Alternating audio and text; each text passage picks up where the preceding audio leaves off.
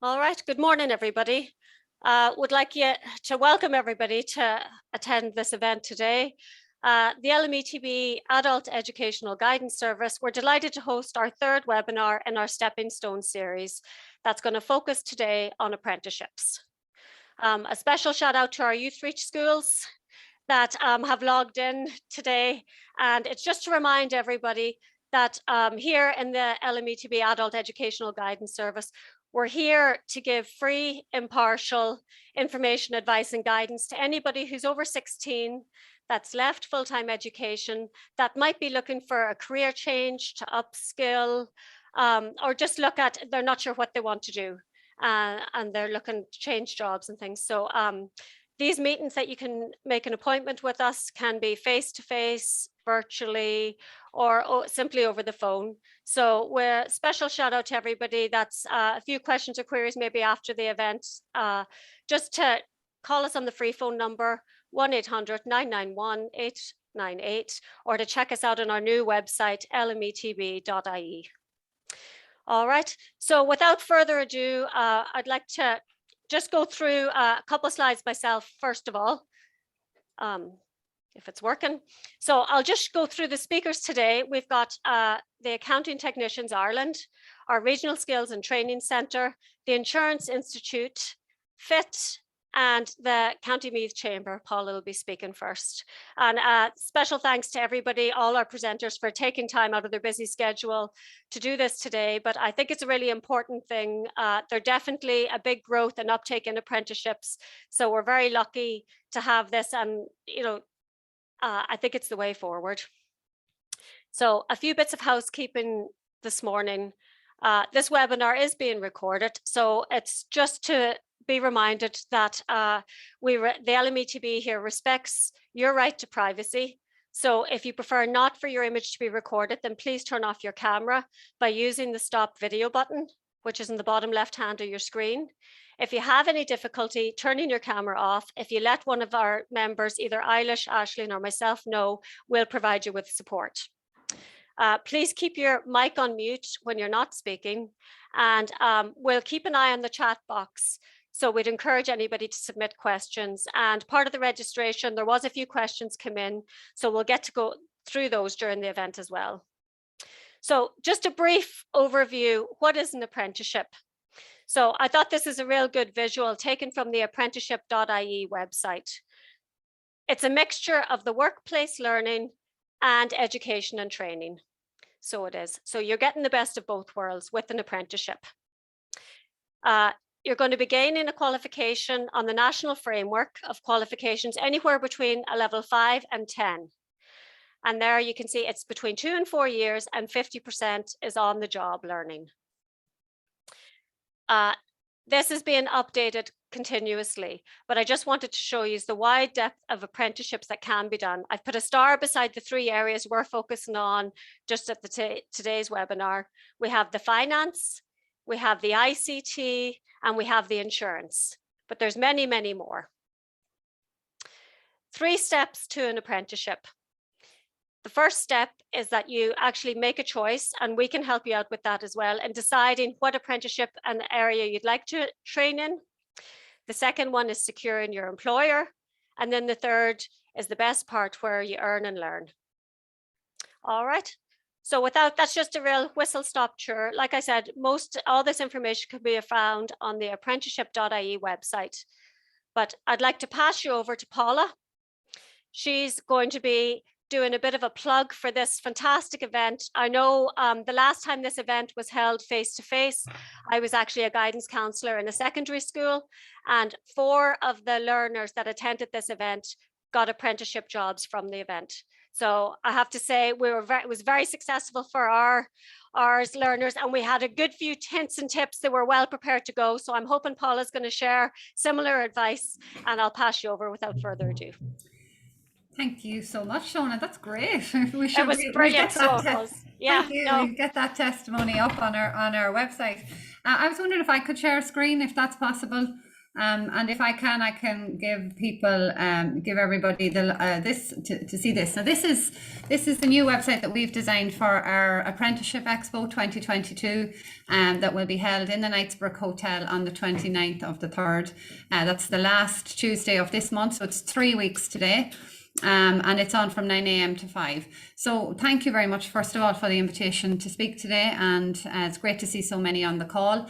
And I was delighted to see the Youth Reach schools in, because yesterday I was trying to make sure that they all had this information, because I suppose when we get this close to an event, it's word of mouth that encourages people to make sure they know about it. And we've been promoting the event through print and press and radio advertising, and posters and road signs are going up this week, etc. But it's whenever it gets this close to the event that we sort of need each of the exhibitors and those who are attending to make sure to use their own networks to get the word out too.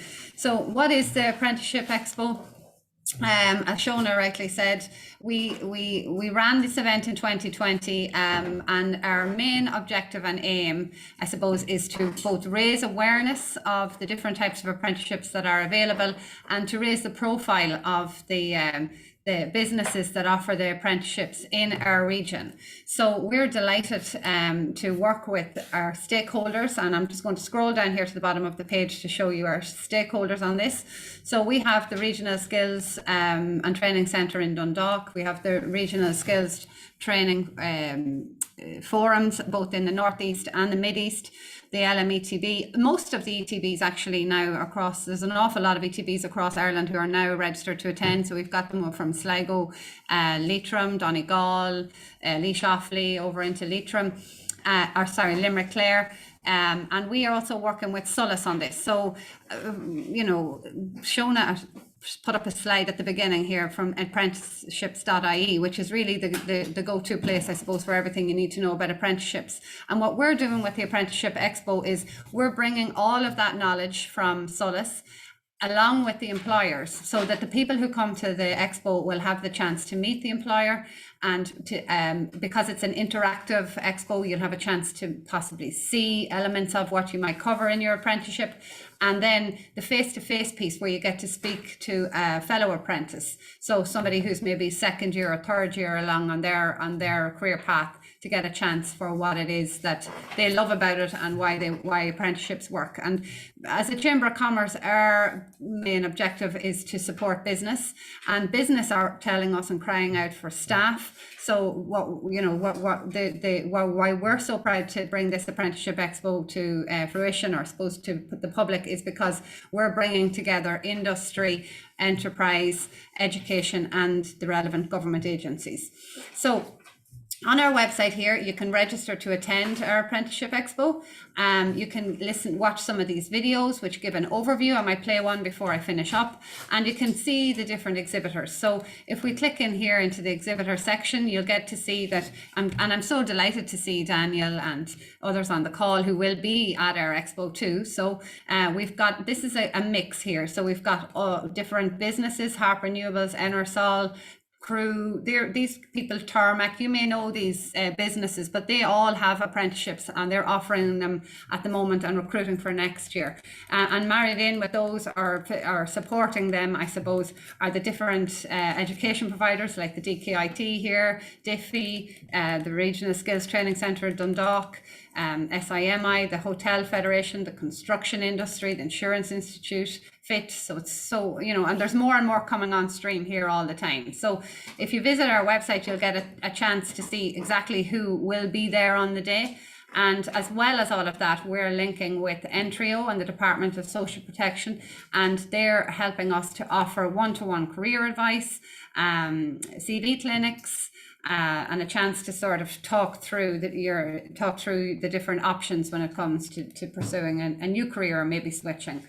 So look, I mean, I suppose we have speaker sessions throughout the day planned. We've got, and on those speaker sessions, we'll have an employer, and a current apprentice, and an apprentice program manager. And the speaker sessions and live Q&A sessions will run throughout the day, and it's an opportunity to listen in and get some feedback and ask the questions. So our motto for the Apprenticeship Expo 2022 is Doras Fasa Fee Free, which is knowledge is gained when you ask questions. And the idea of our expo is that we'll bring the different elements all under one roof, so that you can get the answers to the questions that you need. It's free to register. You can register on our website. We're heading towards 1,500 registered at this point. And it's great to see the different schools and the different youth reach and the different individuals even registering in 2s and 3s, coming, maybe a parent with a child or whatever. So it's open to absolutely everybody, and we'd like to encourage as many as possible to come. And our 3-week campaign for promotion kicks off today, so you can keep your eye out for some road signage and flyers and different shops and agencies and different buildings. And we'll also be promoting via radio and print with the help of Solas. So very excited to be back this year face to face, and really looking forward to seeing how it all plays out. And I can answer some questions if anybody has questions, but I might just play this video if you don't mind, and it'll give people an opportunity to see exactly the sorts of things that happened at our last expo.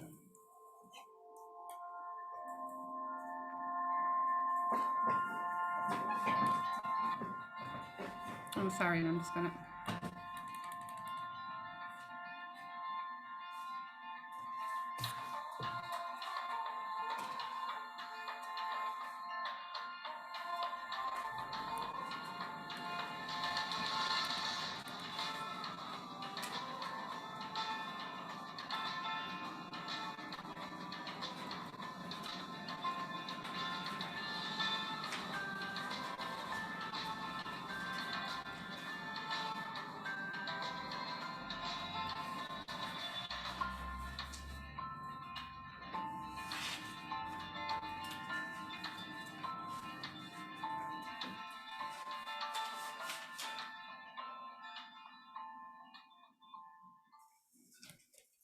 That's it.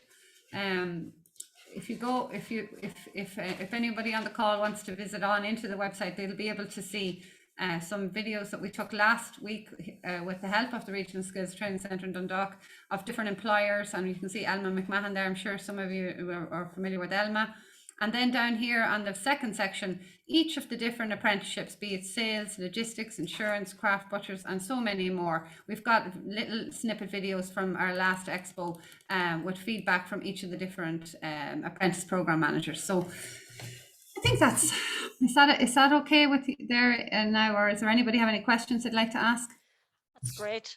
I suppose one thing I would say that I noticed, just experience as a guidance counselor and attended the event with the learners, people they had their CVs with them. So they had, and once they were speaking, they went up individually, not in a group with a crowd. So they went up with the person that they were interested in to speak to. And I noticed some of the employers were cute enough that if you were asking the right question, showing the enthusiasm, they took your CV off, but they also put a wee star beside that, because they were taking CVs off everybody. So they were. So I suppose what I would say is do a round robin, round all the tables, maybe even eavesdrop, get the name of the individual or check their name badge. And then when you approach them, approach it like an interview. Yeah. Just to also add, Shona, we've taken all of the available spaces within the hotel this year, so that we have private spaces where if an employer wants to speak to an apprentice one-to-one or vice versa, that they'll have little spaces to go and have those conversations. Because I know from my experience of skilled-based careers, which I've come through the same process, I found it really difficult to find the employer to start with. And I suppose if you can create the space where the employer is there as well as the different agency, you can ask those questions straight out, and you don't feel as though you've come away with a lot of brochures and maybe no substance behind it. And the CV clinics that are running with the support of the Entrio office are a great way maybe to talk to different advisors like yourself, Shona, there, and get an opportunity to sort of see, is your CV saying the right things about you? Because you know, sometimes what we think is down on paper is not always there, and where maybe our best characteristic isn't coming across properly. So you know, just to reiterate, the whole premise and aim of the event is to provide a space where anybody interested in pursuing or getting to know more about skill-based careers in Ireland have an opportunity to meet the relevant people and ask the questions. Okay, so listen, thank you very much for the opportunity to come on today, and I look forward to seeing you on the day, Shona. I know you'll be there, and Daniel and Rosie, and I'm looking down through names of people who I look forward to seeing there. And thank you very much to the LMETB for their support, and the Regional Skills Training Centre in Dundalk as well. Lovely. Thanks very much, Polly. I appreciate you taking the time to your busy schedule. Thank you. So, all right. And I suppose, yeah, in preparation for the event, if people wanted to email their CVs for feedback, we're welcome to take those. So we are. So you can, all right, emails will be given out at the end of this. I think it's in the chat box already. So if you feel that your CV is not maybe up to scratch yet, you could email it beforehand. Or if you're speaking to somebody on the event and maybe you've emphasized construction in your CV and now you're interested in the insurance apprenticeship, well then if you want it changed, get the name of the person you're speaking to the day of the event and then email it to them afterwards, I would say. And I suppose the other last thing I would say as well is dress like if you're going to an interview. If the employers that you're speaking to see you made the impression to come on the day, then they know that you're in the frame of mind and you're taking it very serious. So we are. So have we any other comments or questions before we move on? Any other presenters want to make a few comments on that? No, great. So we'll move to our first talker then, Naomi Gaffney. I'd like to welcome, and she's going to speak to everybody here about insurance and the apprenticeships within the insurance industry. Good morning, everybody. Thanks, Shauna. So my name's Naomi and I work with the Insurance Institute of Ireland. I'm the Apprenticeship Support Manager there. So I'm just going to go through some quick slides just to give you an idea of how our apprenticeship works. So first of all, just to give you an overview of last year's apprenticeship. We're now moving into our 7th year of the apprenticeship. It's a degree level 8 honours degree programme. We had 75 apprentices start the programme last September. 42 of those were based with Dublin employers and 33 across the country. So you can see it's a nationwide programme. It is a distance learning programme as well. We have a website called earnandlearn.ie where you can get full information on this programme, but you can also register your interest there. And what that means is you can leave your contact details, and every week we'll send a mail shot to you advising which employers are recruiting at that time. So last year we had over 1,200 people register their interest there, and again we had 75 places. To give you an idea of the individuals who take part in the programme, it's a widespread programme, as I mentioned.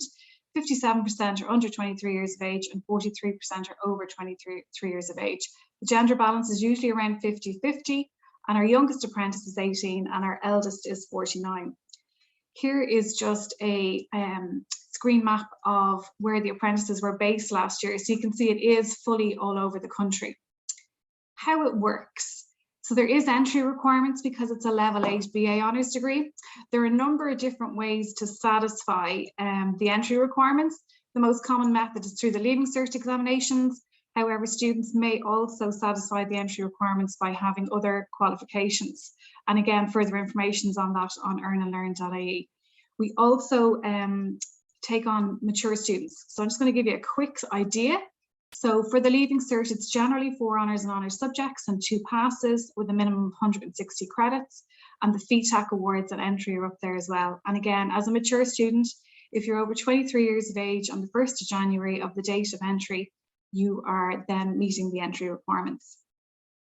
How it actually works. So a typical apprentice work week, and it's semester 1 we're going to look at. So 4 days a week, you're working on the job, and that's with your team. You're treated the same as anybody else learning on the job. 1 day a week, which is given an allocated day, you're doing your academic learning via IT Sligo involving 3 streamed lectures. So it's live stream lectures. They're 2.5 hours each, and it is a full-on day. How it works is you'd still go into your office, turn off your work applications, and then just dial directly into the IT Sligo system. You do get comfort breaks and lunch breaks. The 1 day a week is mandatory on the live stream lectures, and it's during term time. So outside of term time, you would work 5 days a week. In addition to your day release for your lectures, you also have a number of case studies and work-based learning to do. So say, for example, one of the first insurance modules that you take is called CIPO1. CIPO1, and you would have 5 case studies to do on that from a practical point of view, and then your work-based learning and your diaries then as well. And that's all uploaded then onto the IT Sligo Moodle system. So it's a full-on week during term time, but you are required to attend the live stream lectures on that 1 allocated day a week. Just to give you an idea of the semesters, so the semesters run in line with the Insurance Institute exams. The insurance industry is heavily regulated by the Central Bank of Ireland. So the qualifications that you gain in the middle of your degree course give you compliancy to work in insurance. So you're not just gaining your honours degree programme at the end. It's a 3-year programme. You're also gaining your insurance qualifications throughout the programme. And as I said, that's central bank regulation. So the first semester starts in September. It's September to January, and that's the 1 day release. You take the nature of insurance, business professional communications, teamwork and workplace collaboration in semester 1. Semester 2, you take your second insurance module, which is compliance and regulation. You take technical communications and selling and customer services for insurance products. And then semester 3 is the summer semester. We continue to get that level 8 BA honours degree in 3 years during the summer, but it's reduced to a half day, and you only take 1 module, which is your third insurance module, to gain you compliancy under the insurance regulation, and that's personal general insurance. So after your first year on the programme, you gain what they call an APA, which is an accredited product advisor in personal general insurance, which gives you a license to trade in personal general insurance. Year 2 follows with 3 semesters as well, and it's the same day release for semester 4, semester 5, and then semester 6 is a half day release during the summertime as well.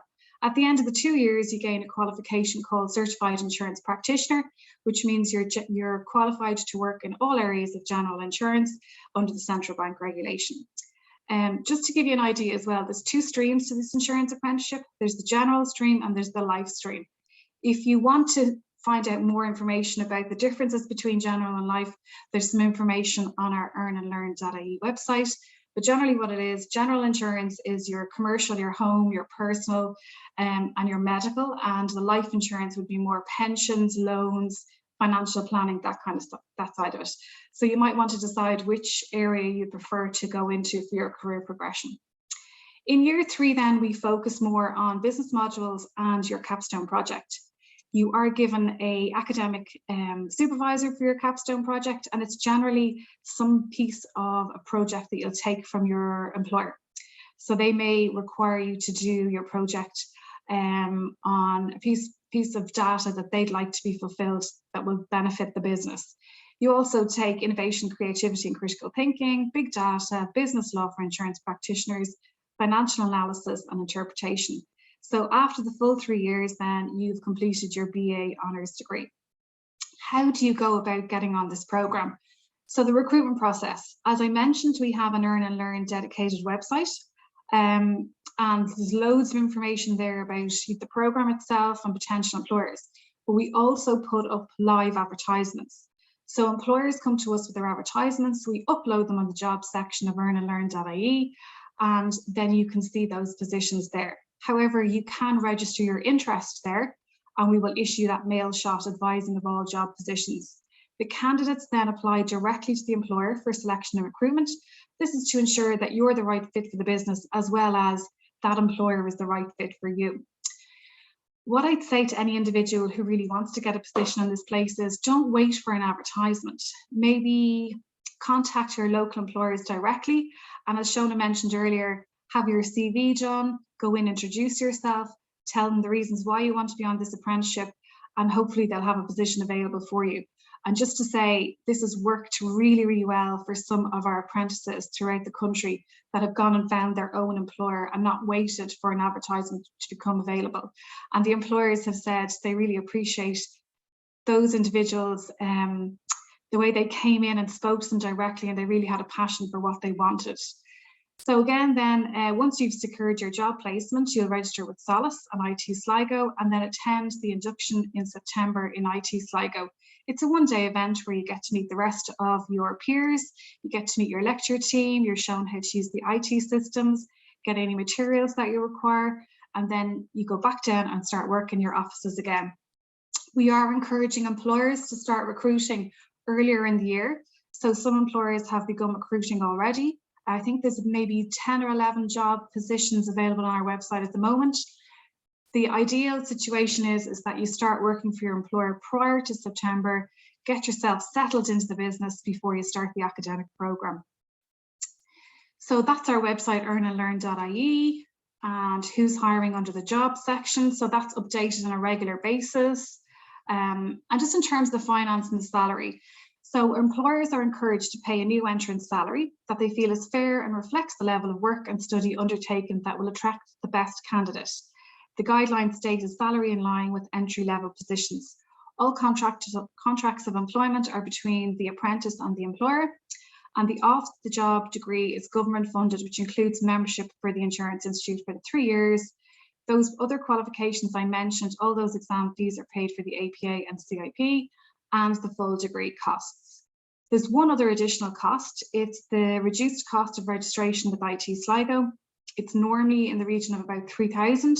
We have this reduced to 600 annually, and that's paid directly to the college. Some employers will pay as an additional benefit. So it's just to advise you of that other cost that's there as well. But remember, you will be gaining a full-time salary from your employer, so it balances itself up very nicely. And just to give you an idea, we had an apprentice who started 5 years ago. She was straight out of the Leaving Cert. She'd had a job position, part-time job position, while she was studying for her Leaving Cert. So she was kind of independent financially, and she wanted to try and keep that up. So when she saw about apprenticeships, she researched into all apprenticeships and thought that the insurance one would suit her best. And she did an article for the Irish Independent first, and it always stays with me. She said, I get a salary for 3 years, I get my work experience for 3 years, I get my degree paid for, I get my insurance qualifications paid for, and I'm in no debt at the end of the 3 years. She was like, it's a no-brainer. So I suppose that's the good thing about apprenticeships. You can be earning your own salary as well as gaining the experience and the qualifications. So yeah, to that lady, I just thought, God, she's a very mature person thinking of that. So it's just to keep that in mind then as well. And that's kind of it for me. If anybody has any questions or queries about the programme, feel free to pop them in the chat box. I'm available at any stage for any questions or queries.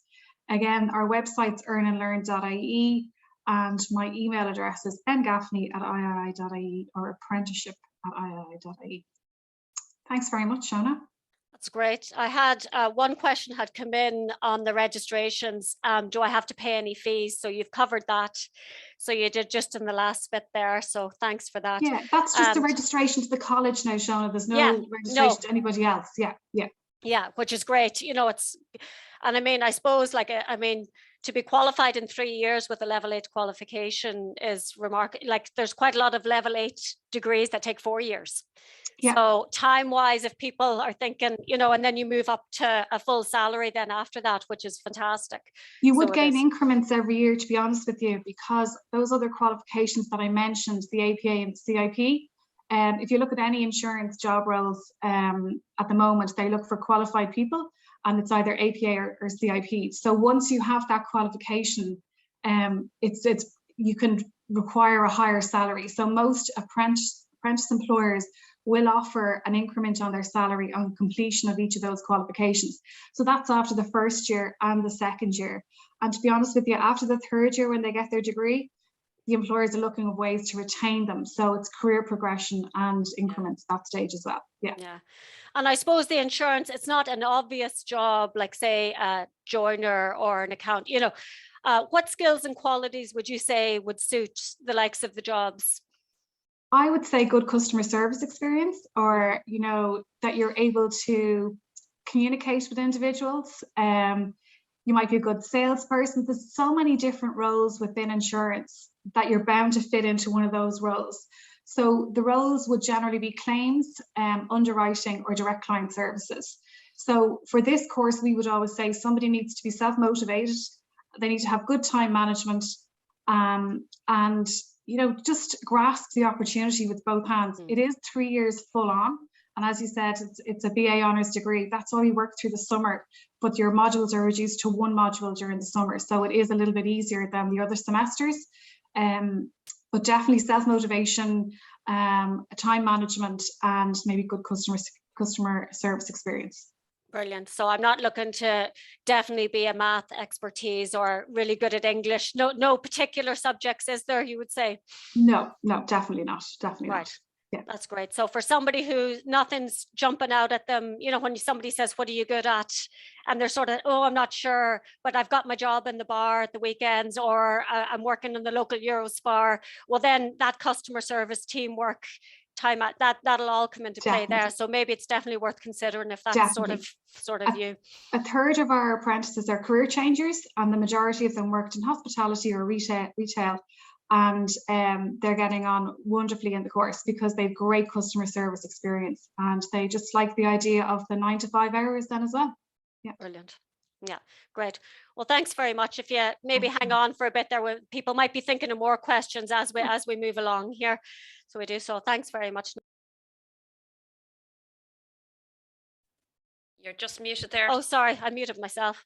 I was looking at another one. Frank, do you want to put yourself on? There we go. Hi. Hi, Frank. Good morning, everybody. So I'd just like to introduce and thank Frank for coming to speak to everybody today. He's our representative from the RSTC. So he is. So, well, do you want to kick off, Frank, and give a brief overview of what your role is and where you fit into the apprenticeships? Okay, so thank you very much. The presentation is very informative and very useful for anybody considering an apprenticeship.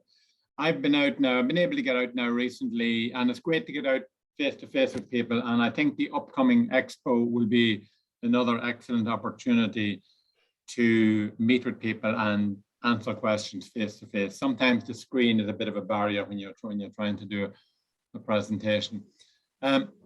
In relation to myself, my name is Frank Woods. I'm one of 4 training advisors with LMETB. We're training advisors for apprenticeship with LMETB, and we're also authorized officers of Solace. So we have a dual role. In the authorized officer role, I suppose we vet and we approve employers for the training of apprentices. So that's a very important role, and so that's to ensure that the employer can provide the on-the-job requirements of the apprenticeship. Now, just on that, in relation to apprenticeships, pre-2016, there were standards-based apprenticeships. Those standards-based apprenticeships are still there. So they're typically electrical, plumbing, carpentry, all of the what you might call the manual trades, for want of a better word. It's a crude expression, but anyway. But there's been a number of new apprenticeships developed post-2016, and Rosie and I forget the other girl's name there, was speaking about the fit apprenticeship and the insurance apprenticeship, I think. So they're post-2016. We would call them 2016 plus, and they have their own standard and their own requirements, and they vary. So butchery, accountancy, fit, insurance, auctioneering, they're all post-2016. So for anyone considering an apprenticeship, I would advise them to look closely at those apprenticeships because not to assume that they're just a 4-year standard apprenticeship. They're slightly different, and they might fit better with somebody's career goals than, say, the standards-based apprenticeships. For the standards-based apprenticeship, the standard is the same for each apprenticeship. What I mean by that is the duration and the entry requirements are the same. So there are 4-year minimum apprenticeship, 208 weeks in must be served by the apprentice. In reality, it can go over the 208 and frequently does. The requirement to enter the apprenticeship is 5 passes in the junior cert, or 3 in the leaving cert, or the equivalent standard in some other discipline. So there are pre-apprenticeship courses where applicants can choose that route, and there's also a mature route that's based on RPL, and that really only kicks in for people over 23 years of age. So there are a number of routes to apprenticeship. For the other apprenticeships, as I said, the new apprenticeships, you need to just look a bit closer at what the entry requirements are for those apprenticeships. Very good. The standards-based apprenticeships, you can join it at any time, and you go on to a queue for the off-the-job phases. And the off-the-job phases typically run in 3 tranches throughout the year. So they would be scheduled for usually starting in January or April or September. So if you join as an apprentice, there's 7 stages in the standards-based apprenticeship. 3 of them are off the job, 4 of them are on the job, and the 4 on the job are odd numbered. There's an information sheet there you can pick up in the training center here, or equally, or better still, you can go on to the Solus website or the Generation Apprenticeship website, or apprenticeship.ie, and you get a lot of information there.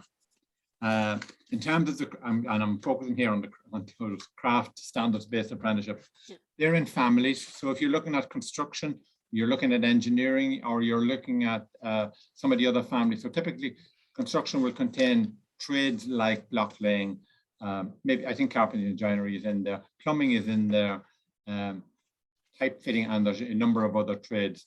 And then in the engineering, you've got metal fabrication, and you've got various other engineering type courses. So if you go onto the Solus website or the Generation Apprenticeship website, when you hit on the family, you can you'll see the list of apprenticeships. When you click on the apprenticeship you're interested in, so for example, if it was construction and then you click on plumbing and you're interested in plumbing, there is an occupational profile which will give you information and an idea of what a plumber would be expected to do, what the course content is, and also then career opportunities, where it might lead from a career perspective. That's great. So it's a very good.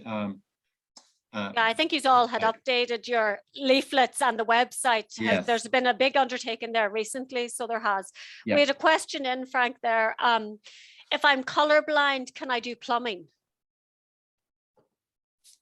I'm pretty sure you need a color vision, but I'm not going to think it. I'm going to check it. And yeah, this contains all my instant was, it used to be electrician. I know people, electricians would have definitely not been able to do it, but I'm wondering now with the recent changes.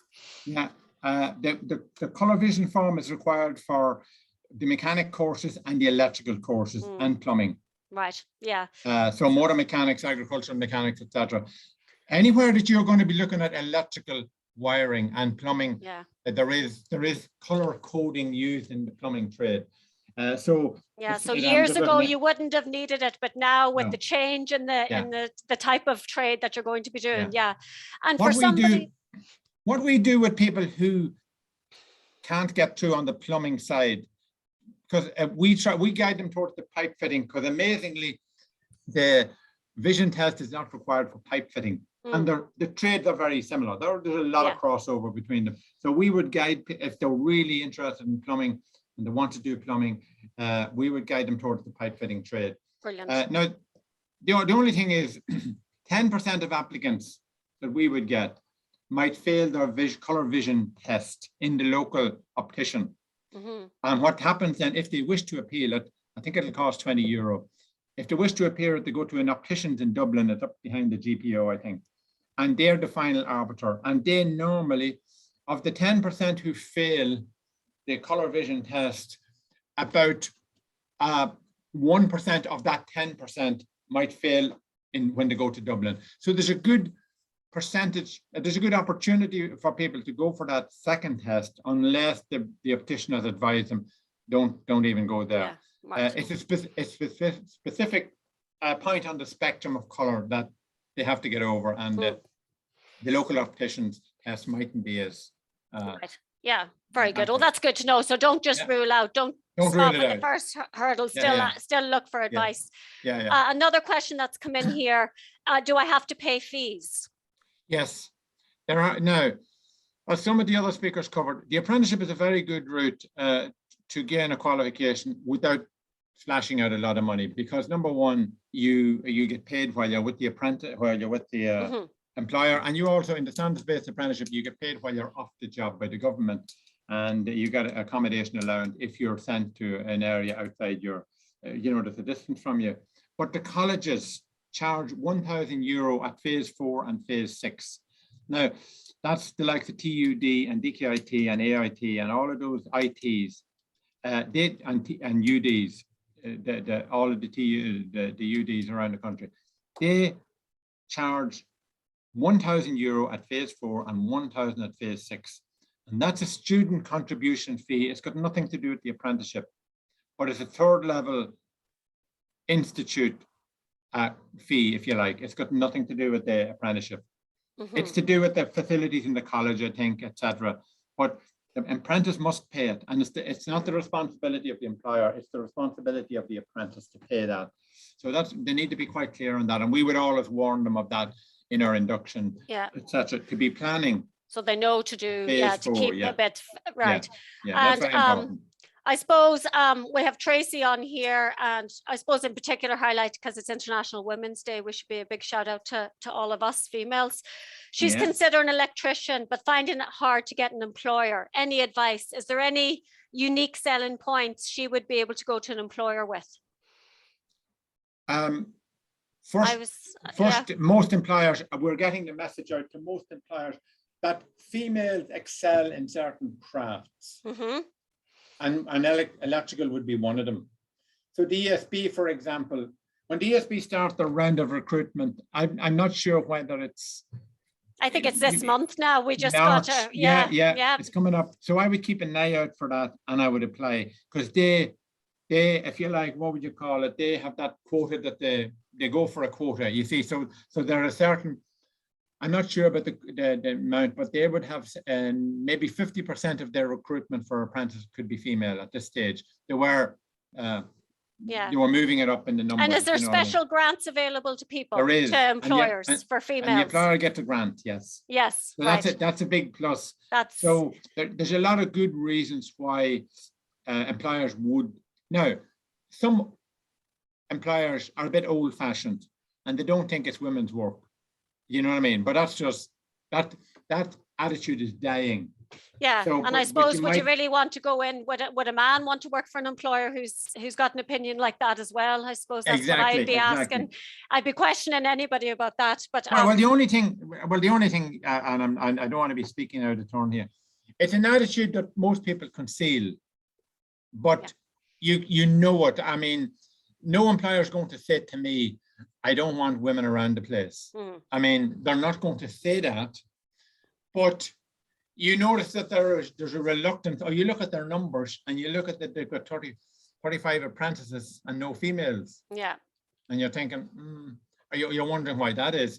And maybe it's because women are not, or girls are not applying, but it's more likely to be, there may be a bit of an old-fashioned idea. Well, I suppose that's a good advice for Tracy then. So have a look at the current staff that are there. If you're approaching an employer, let them know. By the way, you get an extra grant if you take on a female. Yeah, so that's for the employer. The other thing is, the bigger the employer, the more likely they are to have a mix of males and females. Right. If it's a man with a van taking on one individual, it's more likely he'd choose a male. Yeah. Last question here, Frank. Can I get help to buy tools? Is there any particular grants or things they can touch into to get tools? Not that I'm aware of. Normally, employers will provide tools to the apprentice. Now, that's not a that's good to know. Yeah. It's not a legal requirement, but No. but a lot of employers will. A lot of other employers, what they tend to do is to buy a toolbox or toolkit because they have a specific toolkit for the work to do. I know in a number of employers I was in, and this is a long established practice, and they take it out of your wages over a period of time. Brilliant. So, yeah. and it's what employers look on it as a way of keeping you, you know, that you're not going to walk off to. And is it a big plus? Do you find there's good success rate? I know the likes of Diffie do a pre-apprenticeship program. Do you find many learners, like if I can't find an apprentice and apprenticeship at the minute, and I go and do the Diffie pre-apprenticeship course, would many of them get good results from that? Would you find? I think that there's two things about the pre-apprenticeship courses that are really beneficial to students, and especially if they're in that rut where they just can't get a break, they can't get their foot in the door of an employer. The pre-apprenticeship course, usually they gain a bit of confidence through it, and they gain a bit of knowledge through it, maybe through the instructor or teacher. That's one aspect. The other aspect is they sometimes get a flavor of different crafts. They'll get an idea, and they'll as they go through the course, they'll find their trade. They'll find what they like, and they'll be able to pursue that. Because a lot of times, especially I was out in a school last week, and you speak to a class of leaving cert students, and through no fault of their own, these students will not have had much exposure to craft work. They mightn't be doing metal work at school or woodwork. They mightn't have any experience. They might be living in, say, they might be living in a town environment where they don't actually, where maybe if they're living out in the country or their dad had a business, they'd be involved in it from 13 maybe. But so a lot of teenagers don't just have any exposure to the craft. And they mightn't have the contacts either. I suppose that's the other thing. But Yeah, a lot of the country folk would underestimate the value they have. Or I Yeah. know one individual came to speak to me recently. She was a female looking to do body repair, and her CV had all her retail work experience, various this. But I knew by the hands on her that she wasn't just sitting at home inside. And I said, you know, where do you live? Do you live up? Turned out her father was a mechanic. Yeah. And she was helping, she could change oil. And she's like, oh, but sure, like anybody can do that. Anybody can change a tire. Anybody can know the way around an engine. And I was like, no, not me. So I suppose it's important to make sure you have that in your cover letter or your CV. But that's great. Yeah. For any student, it's to show enthusiasm, and it's as I said to a couple of lads who were interested in motor mechanics, and my advice to them was to try and get into a garage over the summer or on a Saturday, just to get in there, even if you're only sweeping the floor and you're only making a cup of tea for the lads. You get to know people, you create a relationship, and you get to see what's going on in the garage, and you get to see if it's for you. Yeah, brilliant. I have a couple of apprentices, and I mean, I suppose that it's a good idea, but just to give you an example, I have 2 apprentices. At Christmas they registered, and they were very, very keen, and they were, I mean, gung-ho for it and all, and they've quit the apprenticeship last week to take up a new apprenticeship. So they're changing over from one apprenticeship to another, and that can sometimes happen. And I don't think sometimes people feel that's a waste of time or they've lost, but they actually haven't lost anything. They've gained a lot of experience. So for example, they might be doing metal fabrication. They're in there 2 months in the workshop and they just don't like it. The welding is not for them, or measuring and cutting steel, and they want to do carpentry and joinery. So they have to go and find a new employer, and they're reluctant sometimes to do it, but they're better off doing it because they want to chase what they want to go what they want to follow what they want to do rather than. Well, it's a big investment. Yeah, no, and it's the bigger person that steps up and says, this isn't for me, then continues with the misery. I mean, none of us are going to get a state pension till we're at least 70, by the way things are going. So, I mean, you're better when you're younger or at the start to pull out and try again than to keep on with it, you know. Yeah. Well, thanks very much, Frank. I'm just looking at conscious of time here. I didn't realize we were so close. We'll leave questions, any other questions, put them in the chat box to the end, and we'll leave Frank for the minute. Thanks very much. And we'll move swiftly on to maybe Daniel, who's going to speak to us about accounts. Thanks very much. Hi, good morning, Shauna. Hi, everyone. I hope you're keeping well today. My name is Daniel Phillips, and I am a part of the apprenticeship team within ATI. So I'm going to show you my screen here. I hope you all can see it. But just to kick start into it, there we go. It's working there. I suppose with our apprenticeship program, I suppose what is ATI? It's the Accounting Technician Apprenticeship.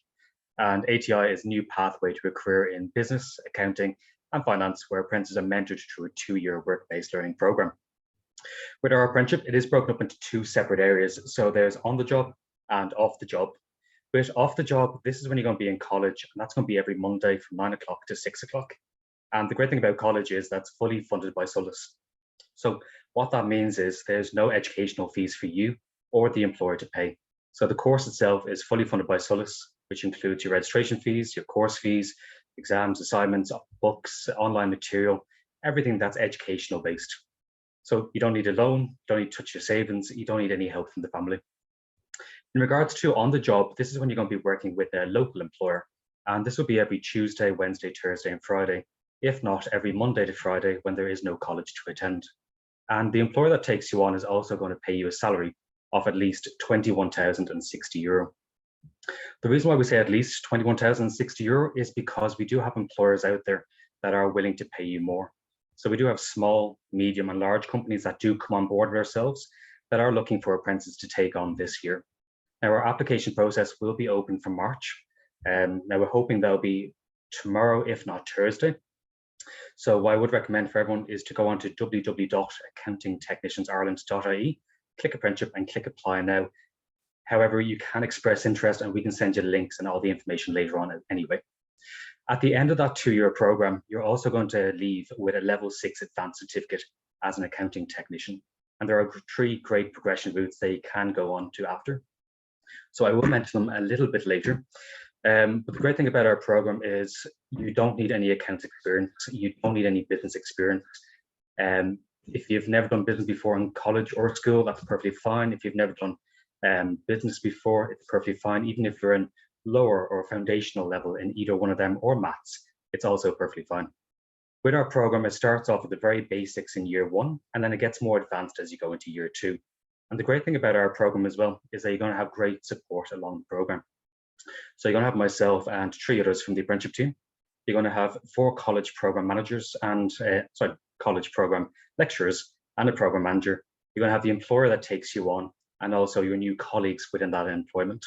So there's great support along the program. If you ever do get a bit nervous, a little bit stuck, whatever the case is, there's always someone there to help you.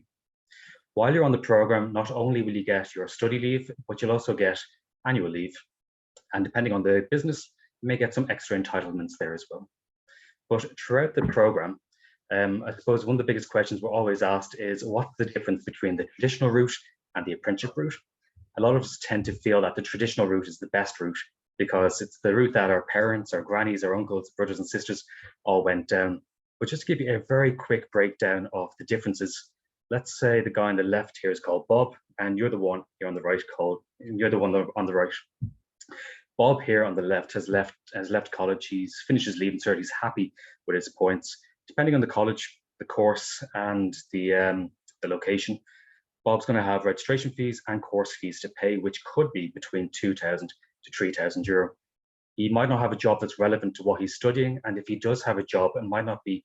He might not have a job, and if he does, it might not be relevant to what he is studying, and it might also be taken into his nights and also his weekends.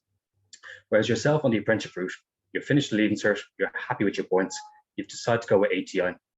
With that, SOLAS have fully funded your first year of college, so there's no fees you have to pay, absolutely no debt for you, not even a cent. You're also going to gain 1 year's work experience that's relevant to what you're studying. You're in college every Monday, working 4 days a week, if not 5 days a week, which means your nights are still completely free and your weekends are still free to do it as you wish, whether it's sporting activities or family commitments. As you go into year 2, you're also going to get paid there, which will be at least €21,060. As you go into year 2, Bob will more or less have the exact same going on, where he might not have a job that's relevant to what he's studying. He mightn't have any registration fees to pay for year 2, but he will have a course fee to pay. Whereas yourself on the apprenticeship route, you complete year 1, you're going into year 2, You still don't have to pay anything for college because Solis have fully funded your second year. You've also gained another year's work experience. You've also been paid at least €21,060, if not a little bit more, because the employer should reevaluate your salary. You've also gained, sorry, there's a bit of noise in the background. You've also experienced or gotten a second year of work experience relevant to what you're studying, and your weekends are still completely free. So over the 2 years, let's just say Bob on the left-hand side here, he's paid between €4,000 to €6,000 in college fees and registrations. He might not have had a job that's relevant to what he's studying, whereas yourself on the right-hand side, you've been paid just over €42,000. You've had no college fees, no debt, no stress in that regard. You've got 2 years work experience relevant to you. And you also have 3 great progression routes that you can choose from. So the first one is that you could remain as a professional accounting technician, which means you don't have to go back to college to do any more exams or assignments. You can do the exact same as any other professional accountant out there, apart from signing off on large documents. The second route is that you could go back into college, jump into the final year of a level 8 in either business or accounting.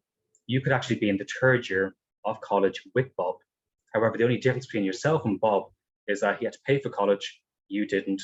Bob might not have gotten as much of a salary as yourself, whereas you got at least €42,000.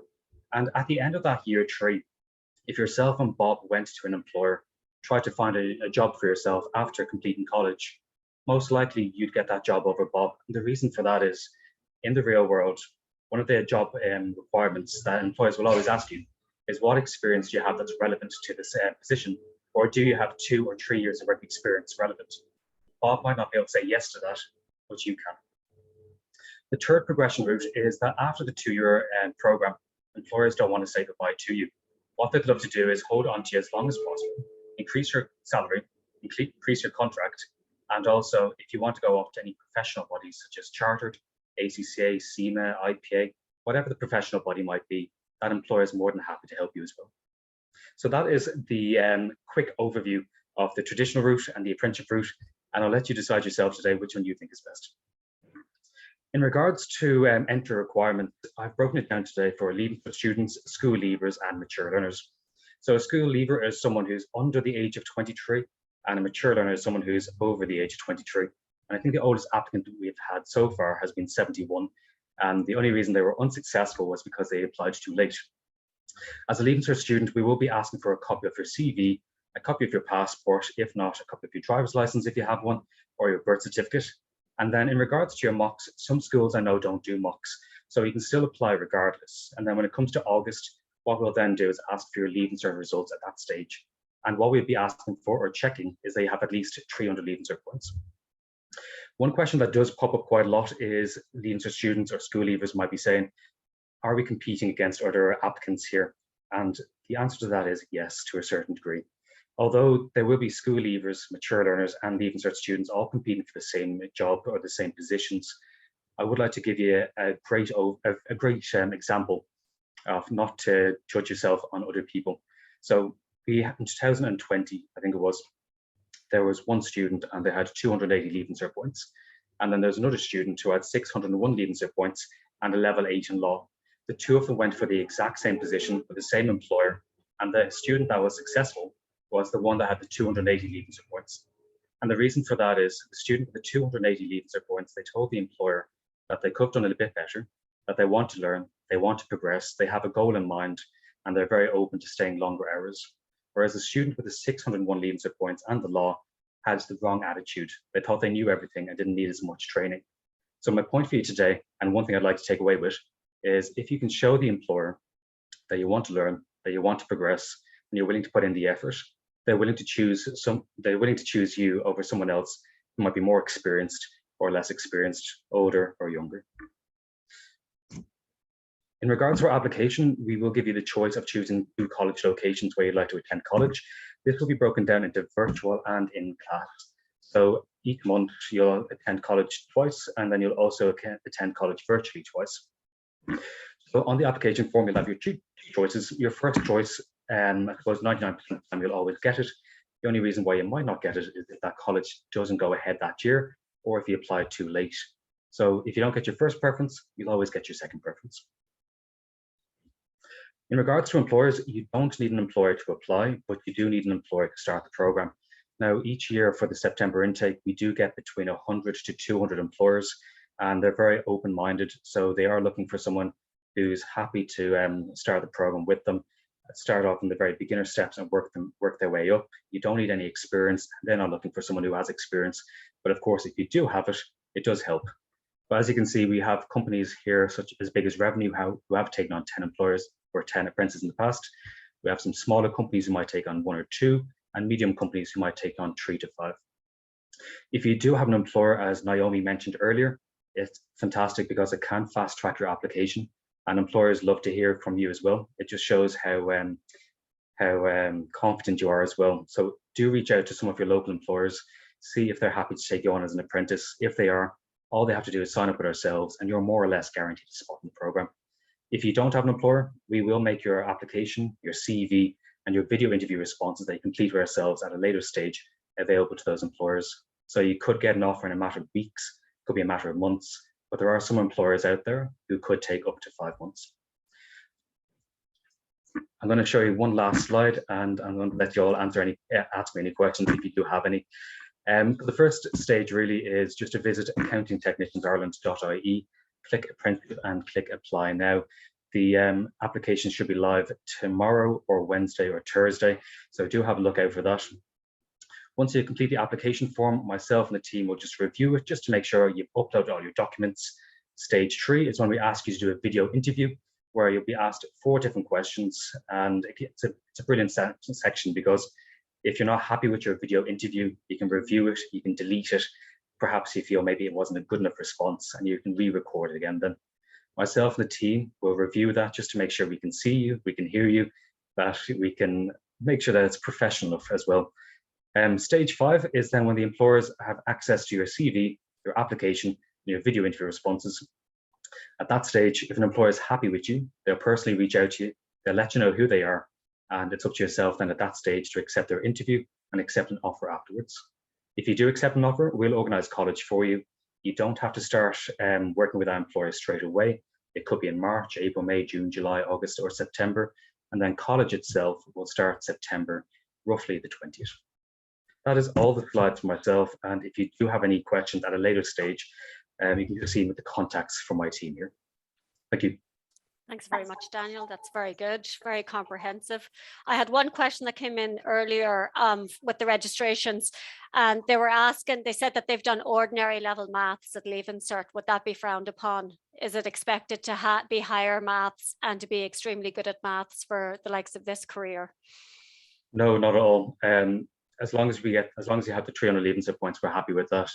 We've had applicants who've done ordinary and everything. We've even had students, mature learners who've never done the Leave Insert and they've never done a qualification before either. I think one of them went into hair and beauty salon. They did a bit of work there and they came onto the apprenticeship program, and they said they had poor maths. They said they had poor accounting skills, and they're actually one of the best apprentices we currently have at the moment. Brilliant.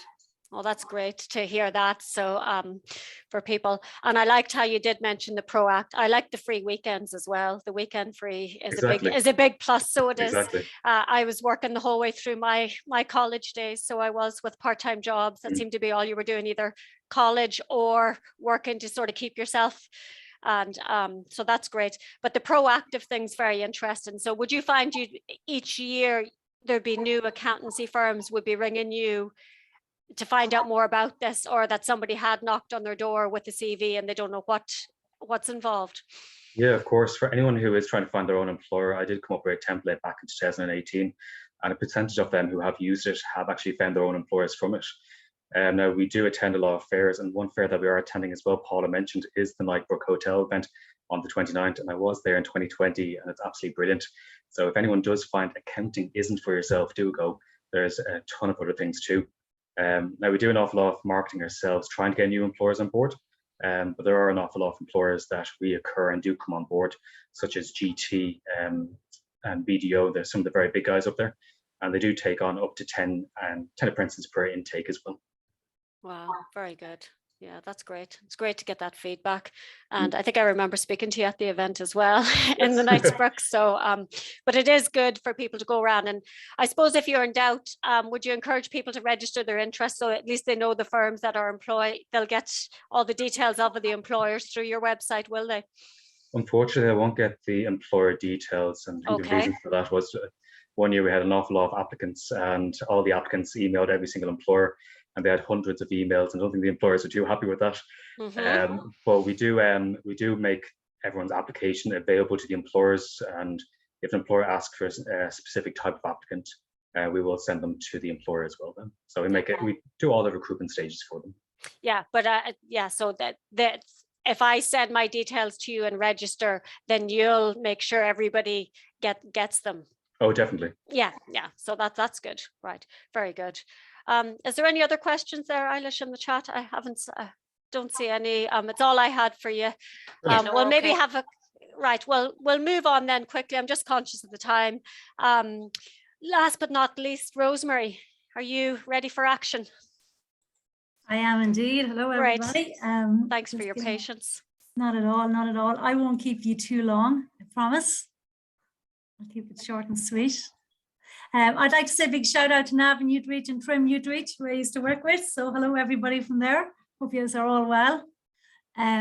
Okay, so I'm here to talk about the FIT, the ICT Associate Apprenticeship. And my name is Rosie Brady. And the company I work for is FIT, Fast Track to IT. So some of you may have heard of us. So I'm going to just talk about, and I'll do this quickly. I won't keep you too long. Who we are, what we do, what sort of apprenticeship we offer. So you've heard lots about the apprenticeships, and I hope you're not getting muddled up, because I've noticed that they're all slightly different. And I suppose the best thing is to go to each of our websites and you'll find out more detail. So okay, so we are FIT, Fast Track to IT. So we're a non-for-profit organisation, and we are the national coordinator of the ICT Tech Apprenticeship Programme. Our mission, you can see it there, and it's always been like this since we opened our doors in 1999, is to, to be inclusive, to provide to create routes to marketable technical skills for job seekers and career changers. And we want to promote opportunities for all. So we don't care where you've come from or what you've done, or if this is your first career, your second career, or anything. We want to go on that journey with you. And we do lots of different things, and we've lots of different pathways open. So I am just going to talk about the apprenticeship today, but there's loads more, and you'll see on our website as well. So what we do is we upskill job seekers and career changers. We work with ETBs, industry experts, and community organisations to do all of this. We also help devise and develop curriculums. And we are the national coordinator of the ICT Tech Apprenticeship Programme. So if you're applying for a tech apprenticeship, you'll be doing it through us. And I'll talk to you about how you do that. At the moment, we've got 3 ICT apprenticeships on offer. So we have network engineering, software development, and the big one at the moment is the cybersecurity that everybody is applying for. These apprenticeships are all level 6, and they're a 2-year program. So Frank was mentioning it earlier that they're all different. Some are 4-year. This one is an actual 2-year program. So it is the 6 months you would be in college, and then it splits out after that between college and working on site. I suppose the difference with this one, if I go back to that, the difference with our apprenticeship is that we find the employer for you. So all you have to do is apply to our website, and we'll set you up with the employer. And I'll talk a little bit more about that in a second. At the moment, I just want to advertise this at the moment because we're currently recruiting for a cybersecurity one in Dundalk that we're running in conjunction with Loudmead ETB. So that's actually recruiting at the moment. So you can apply directly on our website for that one. Okay, so how does it work? So like all the other apprenticeships, they're a mix of classroom and work-based training. You'll achieve your level 6 at the end of it. I suppose the advantage for IT changes so rapidly. So if you're doing a degree, what you learn in first year could be obsolete by the time you graduate. And that's no kidding. things change rapidly, and you'll know that from your mobile phone. Like you might buy an iPhone 7 and then all of a sudden a few months later it's moved up to 11, so it jumps so quickly. So that's why with IT, this apprenticeship really works well for this type of industry, because you're learning on the job, you're learning the newest technologies. And Daniel mentioned something there as well, like about Bob and his compatriot there. So it's the same with this. You know, you'll have someone going for a degree and you'll have someone doing an apprenticeship. They're always looking, every job you look at, you'll see 5 years experience, 10 years experience. Sometimes it goes even more than that. They're always looking for experience. And how do you get experience if you've been in college all the time? That's really hard. So that's why this apprenticeship works. I mentioned there that we find the company for you. So you apply directly via our website. You need to be 18 and above. You need to be obviously able to work in Ireland, have your stamp 4 visa, and you need to have completed your Leaving Cert. And with that Leaving Cert, it's ordinary maths and English that you need to have in that. You apply directly on our website, you'll upload your CV to that, and then we'll give you a call and we'll ask you to do an aptitude test, and that's done online. And that's just to make sure that you're able to do a level 6 certificate. That's what that's for. There's one other thing, and everyone has mentioned it, and this is something that you need abundance of, and I can't stress this to you enough. And it's the first thing they look at over everything else. I wonder, can anybody guess what that is, what I'm going to say next? I will give a guess. It's attitude. So your whole attitude is really important. If you come in and you think you know it all, or you're not going to get very far.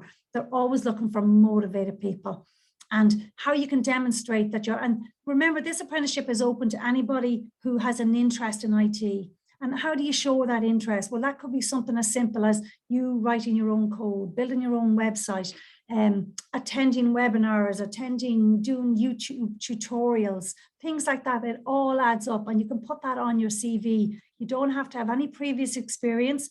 You don't have to have any certificates or anything like that, as long as you can show that attitude. And sometimes even just by us having an interview with you, we can see how motivated you are. It comes across when you're talking to someone. So that's something that the tech team particularly look out for when they're interviewing someone for an apprenticeship, your attitude.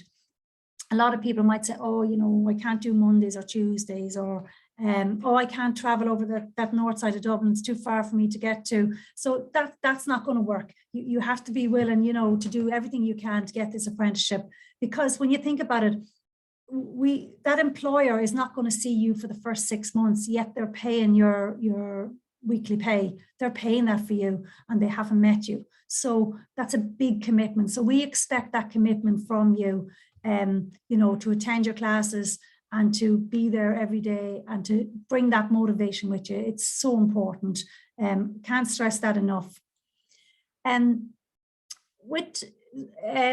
think, Frank, you mentioned there about the pre-tech apprenticeship. So sometimes when you're applying for the apprenticeship program, you really do have to know the difference between networking, software development, and cybersecurity.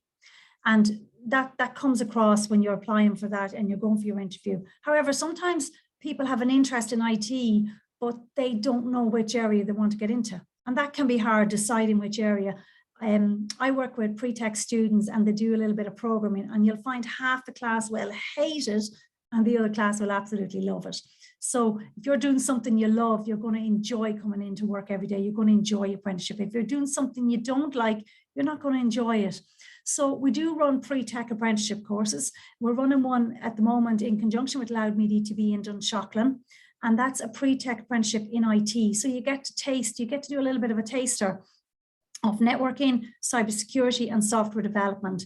And our hope is that once you finish that course, you'll be thinking, right, I hated networking, but I love software development, or vice versa. Or I really know now it's cybersecurity I want to do. It's just to help you focus. And with this one running in Dunshaughlin, no previous experience required. This will take anyone up to junior cert level. You don't even have to have done your junior cert, but if you're that age, you've completed that, and it's age 18 to 35 for that. for the LTI program. And as I said, we run that's running at the moment. We do have another course. So IT is a big one at the moment, but we're also trying to get into advanced manufacturing. Employers can't get enough candidates for this role. So we've started a level 4 course in Dunshaughlin. The type of modules you will be doing will be like control systems, electronics, robotics. I forgot to put it in there, 3D printing, manufacturing techniques. So it's very, very advanced. And at the end of that, you would go on then to do a level 6, and you would be a fully qualified maintenance technician after that. It's not quite an apprenticeship, but it's for sometimes when you don't really know what you want to do. I know there's so many options out there as well.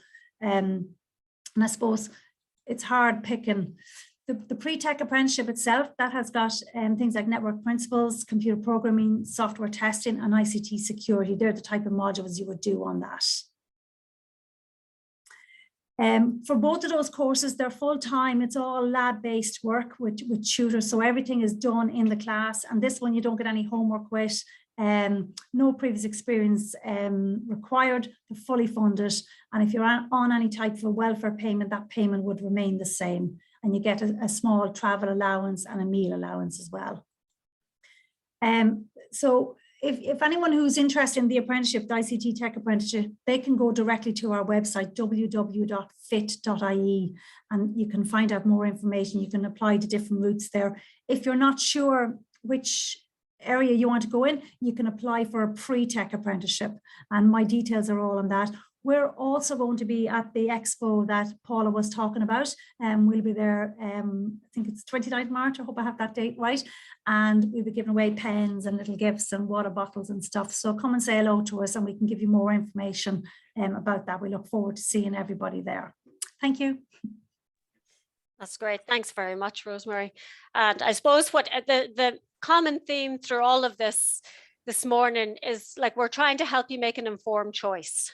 So the likes of the pre-apprenticeships, those different areas, they're great if you're very unsure, and we'd be able to support anybody with that as well. And the likes of some of the aptitude tests and verbal numerical reasoning they might be asking you to do. I mean, we would have sample ones of those that you could do to prepare. So we would. So it's important to ask for. If you don't ask, you don't get. And it's all about, again, being proactive. So it is, and you know, ask the questions, and it's all about having the knowledge. So it is. So I just put down here, just sort of to try and wrap things up a bit, top tips to find an apprenticeship. You know, be prepared, have your CV ready to hand out for the vacancies, and slightly change it. If the likes of Daniel, he was talking about motivation and stuff, things like that. Make sure you have motivation in, you know, read the job ad and make sure your CV is mentioning those buzzwords that they're asking for. You know, keep up to date. Don't miss out on anything. Generally, when like the ESB, they're advertising now, you don't start with them to September. So a lot of people that are maybe doing their leaving start studying at the minute, they're thinking, oh, I'll wait to the summer to my exams and then I'll start looking for a job. It's too late. So you need to get a process in place now. So you do, you know, every couple of weeks, check things out. Now, we can make it easy for you. If you go onto this website here, this careers portal or our website, they have a news section and they have a summary of all the apprenticeships that have been advertised that week. So we don't need to reinvent the wheel. So it's important to keep up to date with those things. And don't forget the contacts you have yourselves. You know, when you're at the football training, mention to the coaches, to your friends there that are training, I'm thinking of doing an accountancy apprenticeship. Sure, John might be an accountant. He might have a contact for you. You know, so don't forget the networks you already have and spread the word that you're looking for an employer. You know, like volunteer. And we had somebody in our local community there. He was a volunteer with Tidy Towns. Once he let them know he was looking for an electrician, they had him sorted within a couple of weeks, because they were able to give a good character reference. They knew he was doing the work, you know, so, you know, start getting your game plan in place is what I would say to everybody out there. And, you know, work, this is, you know, go dressed to the event, make sure you suss them out first, maybe walk by the insurance stand, over here, eavesdrop a little bit, see what they're talking about mentioning, so you'll know what to ask, you know, so, you know, do all those types of things. Just to remind you, our next talk is going to be, we haven't set a date yet, end of April, May time. It's going to be on CVs and interviews. So it is. And I keep plugging this expo. I mean, I think there's going to be so much there. And like I said, from attending before, people have got results from it. It's going to be brilliant. So it is. So you can register if you're with a school and they're not going, it's open to 5 o'clock. So again, take ownership for your own career. Nobody else is going to be paying your mortgage, paying for your holidays. So get there to the Knightsbrook Hotel. You'll have no regrets about that. So you won't. What I've put here, and I'll send out to everybody, these are different videos regarding apprenticeships and the expo. And the final slide I have there is the apprenticeships website, our website for Fetch courses, the LMETB. Like we mentioned earlier, this YouTube channel, it's going to be recorded and put onto our YouTube channel. So it is afterwards. So you can go back over and listen to, or have a look at the slides again, or maybe show your parents. Maybe a friend didn't get to hear today and you were talking about it. They can point them in the right direction. All right.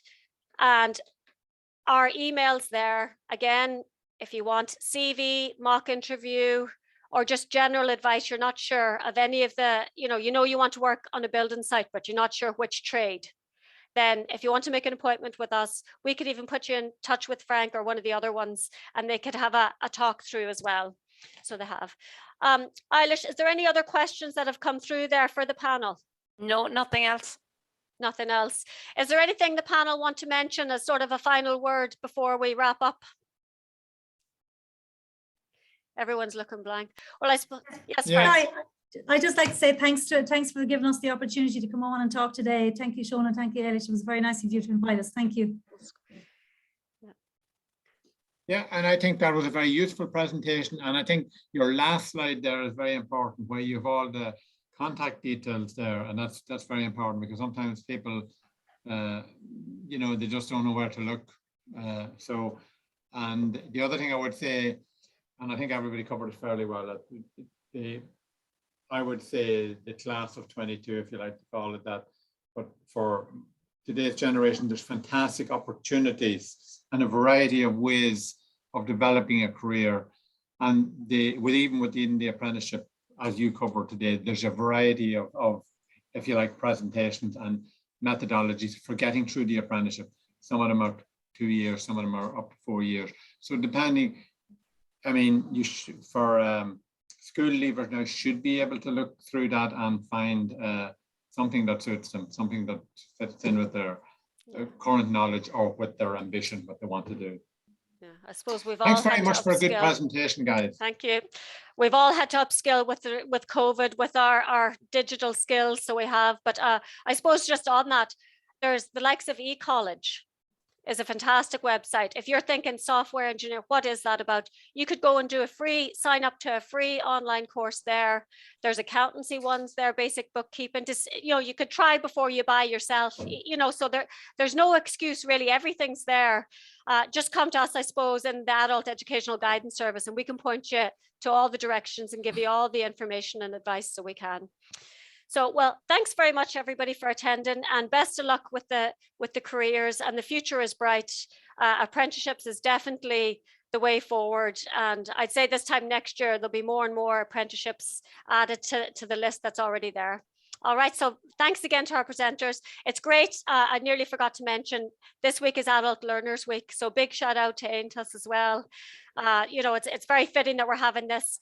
And even tomorrow as well, we're having our open day in Railway Street. And later on in the week, it's going to be in Drogheda as well in the LMETB buildings. So check out our Facebook page for all future events that are taking place. All right. Thanks very much. Thanks Thank you. all. Thanks very much. Bye. Have a great day. All right. Thank Talk to you all you. soon. Bye-bye.